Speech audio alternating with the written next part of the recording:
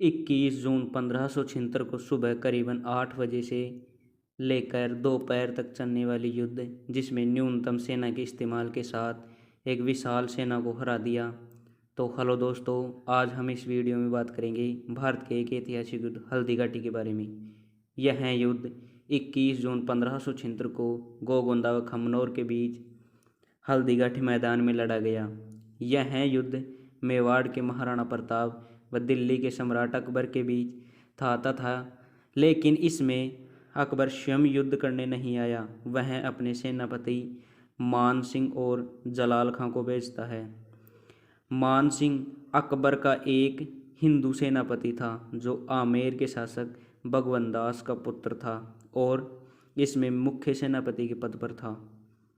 यह युद्ध महाराणा व अकबर के बीच क्यों लड़ा गया था, इसका मुख्य कारण है अकबर की साम्राज्यवादी नीति। वह एक एक कर पूरे भारत पर अपना अधिकार जमाता। इधर राजपूताने में भी लगभग सभी राजाओं ने उसकी अधीनता स्वीकार कर ली थी, मगर महाराणा मुगलों की शरण में नहीं। वह तो अपनी मातृभूमि को स्वतंत्र रखना चाहते थे। अकबर ने महाराणा को अपने अधीन करने के लिए बहुत प्रयास किए, शांति अभियान भेजे और प्रलोभन दिया, लेकिन महाराणा नहीं माने तो अंत में युद्ध करने का निश्चय किया। इधर महाराणा तो युद्ध के लिए पहले से ही तैयार थे।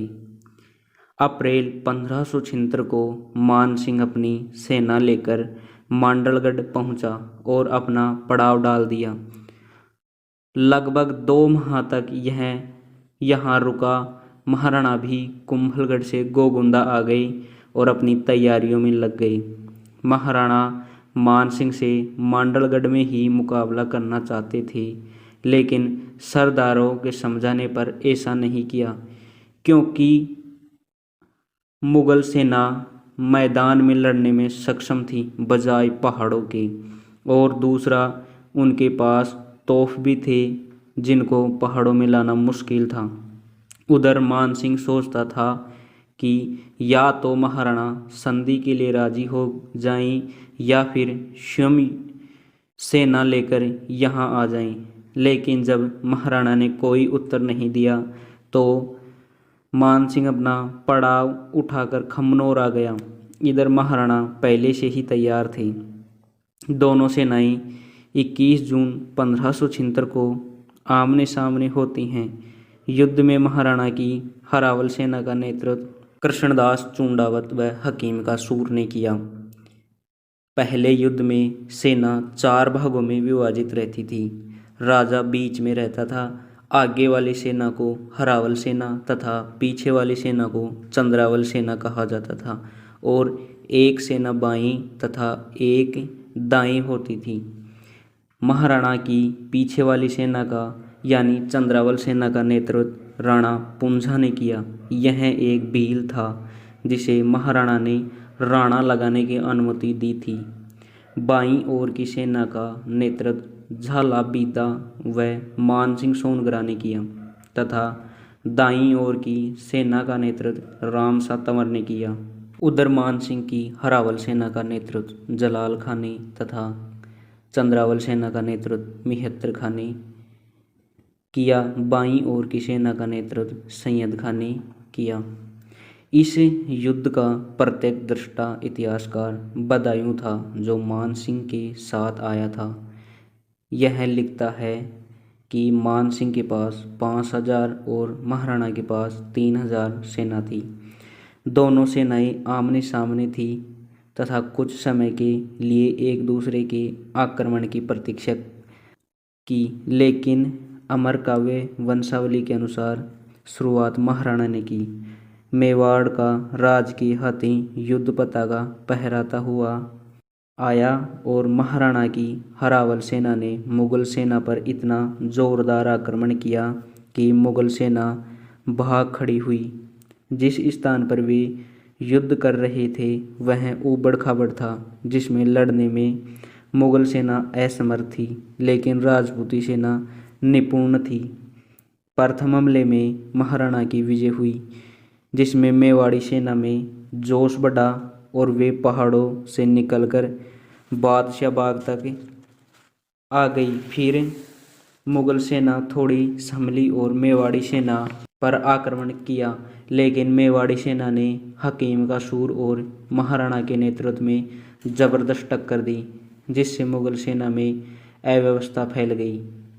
इसमें ग्वालियर के राम शाह ने अच्छा शौर्य प्रदर्शन किया।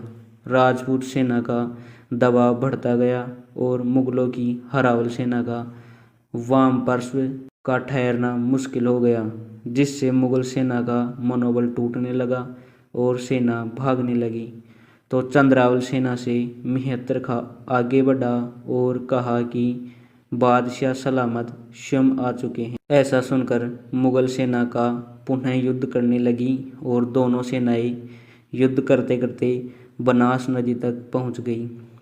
इस युद्ध में वनवासी भीलों ने भी वीरता दिखाई। अब तक के युद्ध में महाराणा के दो वीर ग्वालियर के रामशाह व जयमल के पुत्र रामदास वीरगति को प्राप्त हुई। राजपूतों के बढ़ते दबाव को देखकर मान सिंह भी युद्ध करने लगा। महाराणा के हाथी सवार इसका सामना करने लगे। इस चरण में मुख्यतः हाथियों का युद्ध होता है, इसलिए हल्दी घाटी को हाथियों का युद्ध भी कहा जाता है।